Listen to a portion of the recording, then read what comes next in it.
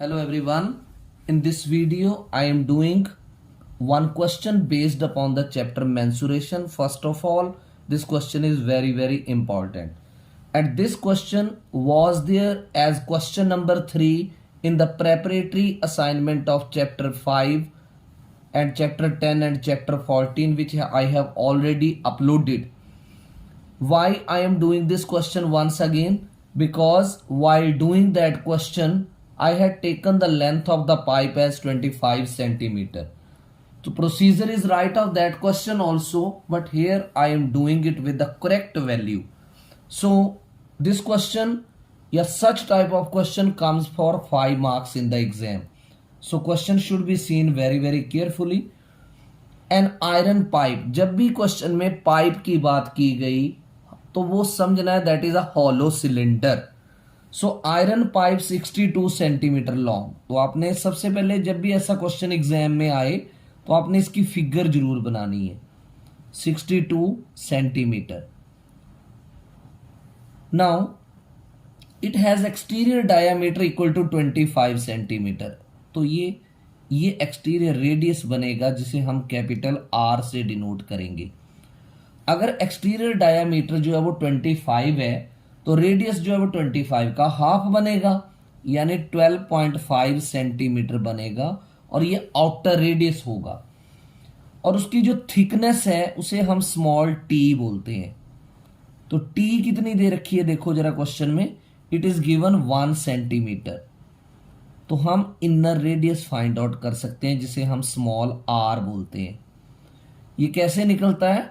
Outer radius में से thickness minus करके. तो 12.5 में से 1 माइनस करेंगे तो 11.5 सेंटीमीटर आएगा. अब बार बार हम नहीं लिखेंगे आयरन पाइप, एक बार लिख देंगे for cylindrical iron pipe.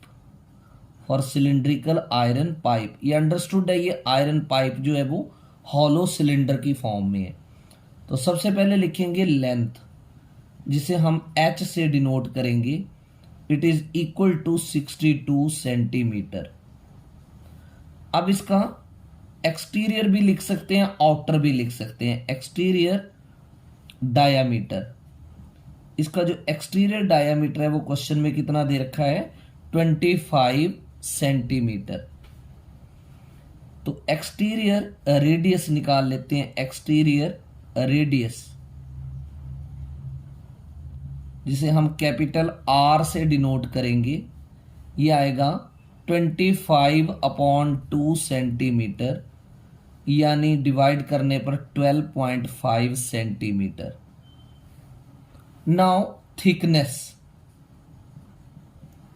Thickness को स्मॉल टी से डिनोट करेंगे. वो कितनी दे रखी है? 1 सेंटीमीटर. सो इंटरनल या इनर रेडियस किसका? सिलिंड्रिकल आयरन पाइप का. इनर रेडियस ब्रैकेट में small R, it is equal to capital R minus small R, small T. Outer radius minus thickness. So outer radius है 12.5 minus thickness है 1. 12.5 minus 1 centimetre. So this is 11.5 centimetre. अब आपने इसका क्या निकालना है? Whole surface area. तो आप लिखेंगे whole surface area of iron pipe. Whole surface area of iron pipe it is equal to inner CSA का मतलब है curved surface area, plus outer CSA यानी आउटर कर्व्ड सरफेस एरिया. और इस cylindrical pipe में ऊपर भी सर्कल है, एक अंदर की तरफ सर्कल है. इसको रिम बोलते हैं या रिंग बोल देते हैं. और एक रिम या रिंग ऊपर है, एक रिम या रिंग नीचे. तो कितनी रिम्स हैं? 2 रिम्स हैं. एक रिम का एरिया पता कैसे निकलता है? Outer area minus inner area, यानी pi capital R square minus pi small R square. तो 2 रिम है तो 2 से मल्टीप्लाई कर देंगे, तो यहां लिखेंगे प्लस एरिया ऑफ 2 रिम्स। ये आपने फॉर्मूला याद रखना है, रिम्स ना लिखो तो रिंग्स भी लिख सकते हो। अब इनर कर्व्ड सरफेस एरिया, तो सिलेंडर का कर्व्ड सरफेस एरिया का फॉर्मूला क्या होता है, 2 पाई आर एच। तो यहां लिखेंगे 2 pi small R small H. Outer में 2 पाई स्मॉल आर की जगह कैपिटल आर आ जाएगा, एच तो सेम ही रहेगा स्मॉल, और 2 रिम में तो 2, और मैंने क्या बताया था रिम का area pi into R square minus R square, तो यहां होगा 2 पाई ब्रैकेट में capital R square minus R square. अब इन तीनों में 2 पाई कॉमन दिख रहा है, 2 पाई, तो अंदर क्या आएगा small R H plus capital R H plus 2 pi तो कॉमन है, तो capital R square minus small R square. Now 2 multiplied pi की वैल्यू पुट कर दो 22/7 स्क्वायर ब्रैकेट, स्मॉल आर कितना आपके पास 11.5 मल्टीप्लाइड एच कितना है 62 प्लस कैपिटल आर कितना आपके पास 12.5 मल्टीप्लाइड एच कितना है 62।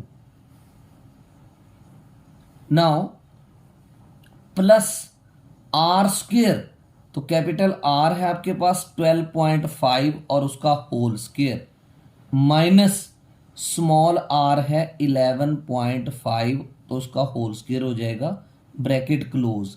अब ये देखो कैलकुलेशन है कॉम्प्लिकेटेड, इसलिए आपको एक आधी बार ऐसा क्वेश्चन जो अपने आप रिटर्न में ट्राई करना है। 22 इंटू 2 बना 44/7। अब 11.5 को 62 से जब आपने मल्टीप्लाई करना है तो पॉइंट को मल्टीप्लाई करते टाइम इग्नोर करना है, तो आपने किसको किससे मल्टीप्लाई करना, 115 को 62 से करना। तो जब 115 को 62 से मल्टीप्लाई करते हैं तो ये आता है, मैं साइड में लिख रहा हूं 7130 आता है, तो यहां डेसिमल एक डिजिट पीछे लगेगा यहां, तो ये पॉइंट कट जाएगा 713 आएगा। प्लस इसी तरह 125 को आप 62 से मल्टीप्लाई करेंगे तो आएगा 7750, तो यहां भी डेसिमल एक डिजिट बैक लगेगा, ये कटेगा तो 775 प्लस 12.5 को 2 बार मल्टीप्लाई करना, तो पॉइंटों में आप रहने दो। आप एक और इसको इजी भी कर सकते हो, ए स्क्र माइनस बी स्क्र क्या होता है, A plus B into A minus B, तो ए की वैल्यू 12.5 है तो स्मॉल ब्रैकेट में मैंने 12.5 प्लस 11.5 कर दिया, तो ये मैंने माइंड में क्या बोला A plus B into A minus B, so 12.5 minus 11.5, ये A square B minus B square मैंने इतने इतने पर लगाई identity. A square minus B square जो है वो क्या होता है A plus B into A minus B. Now 44/7 इस स्टेप को ना अच्छे से समझ लो, अगर आप इसमें 12.5 को 12.5 से करते कितनी लंबी कैलकुलेशन बननी थी, 11.5 को 11.5 से करते कितनी लंबी कैलकुलेशन बननी थी, बेटर है आप इसके ऊपर A square minus B square की आइडेंटिटी लगा दो, तो it is A plus B into A minus B. अब यहां पर 713 में क्या ऐड करोगे, 713 में आप ऐड करोगे 775, तो ये आ जाएगा 1488 प्लस 12.5 और 11.5 को ऐड कर दो, तो ये आ जाएगा 24 मल्टीप्लाई 12.5 में से 11.5 माइनस करेंगे तो 1 आएगा। ऐसे देखो कितनी इजी कैलकुलेशन बन रही है, यहां यूनिट भी लिख दो आप सेंटीमीटर स्क्वायर। अब 44/7 1488 प्लस 24, 24 वन जार कितना होता है 24, यूनिट क्या लग गई सेंटीमीटर स्क्वेयर। 44/7, अब ब्रैकेट हटाकर मल्टीप्लाई कर दो, तो 1488 में आप क्या ऐड करेंगे 24, तो ये आ जाएगा 1512।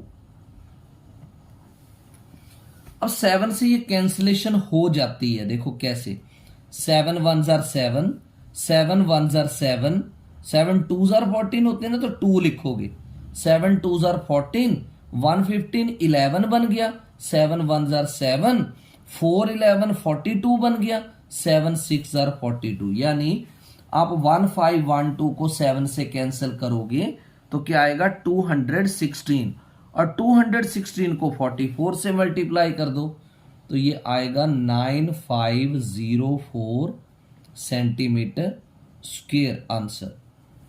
So this is the whole surface area of the iron pipe. So this was the solution of the question. Hope you have understood it. Thank you.